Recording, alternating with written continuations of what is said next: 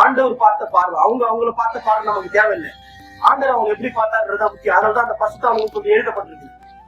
ஏன் பரிசுத்தவான்கள் என்று அவங்க இடத்துல ஆண்டவர் வந்து அந்த இடத்துல வந்து அவங்க ஒரு சாட்சி சொல்றாரு அப்படின்னு சொன்னா, அதாவது ஆண்டவர் அவங்களை பார்த்த பார்வை மனுஷனுடைய வாழ்க்கை இப்படி இருக்கு என்பதை நீ என்ன பண்ண நடிச்சு காட்டு. இப்படிதான் அவங்களை பார்த்தாரு. அவங்க எப்படி பாத்துக்கிறாங்களோ அது விட்டுருங்க. அந்த டிராபிக்ல இப்படி பார்த்தா நம்மளால முடியாது.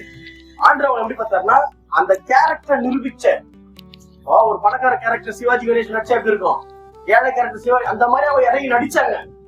அதை சிறப்பா செய்யறது அவங்க புரியுதா? இதுக்கு மேலலாம் பைப்லாம் எனக்குலாம் எப்படிலாம் சொல்லி தரலையா? எனக்கு ஆவியான சொல்லி கொடுத்தாரு. அந்த நாட்கள் இருந்தா எங்களுக்கு எல்லாம் எப்படிலாம் சொல்லி தரல. இவ்வளவு தெளிவெல்லாம் பழைய ஏற்பாடை கொடுத்துலாம் உரிச்சி காமிக்கல. தெளிவா உங்களுக்கு இந்த வெளி இது காட்டுங்க ஒரு வெளிச்சம் தேவை. அந்த கேரக்டரை வந்து நடிச்சு காட்டினாங்க இவங்க.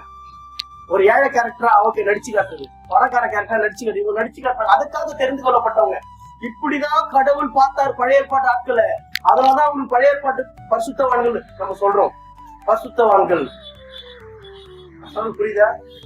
ஆனா அவங்க பார்வை வேற, அது நல்லா இருக்கு. ஆனா கடவுள் பார்வை எப்படி பாக்குறாங்கன்னா ரொம்ப இவன் மக்கான ஸ்டூடெண்ட் நம்ம சொல்றோம். ஊர்லாம் சொல்ல அவங்க படம் இல்ல இவன் படிப்பா